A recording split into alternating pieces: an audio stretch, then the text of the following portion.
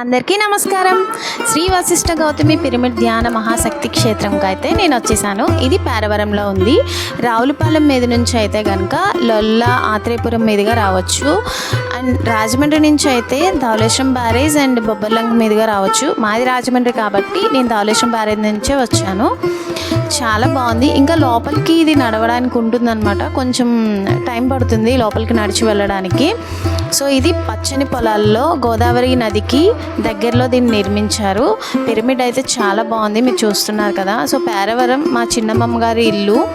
అక్కడికి మేము సమ్మర్ హాలిడేస్కి వెళ్ళేవాళ్ళం అనమాట. ఆ తర్వాత చాలా రోజుల తర్వాత మళ్ళీ ఈ పిరమిడ్ కోసం అయితే నేను వెళ్ళాను.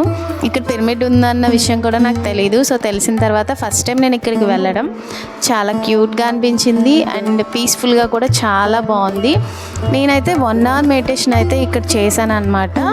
1 అవర్ మెడిటేషన్ చేసిన తర్వాత ఇక్కడ ఫుడ్ అయితే వాళ్ళు ప్రిపేర్ చేస్తారు. ఫుడ్ తిన్న తర్వాత ఇంటికి వెళ్ళాము. సో ఇప్పుడు మీరు చూస్తున్నారు కదా, ఇక్కడే ధ్యానం చేసేది. సో ఇక్కడే నేను 1 అవర్ చేశాను.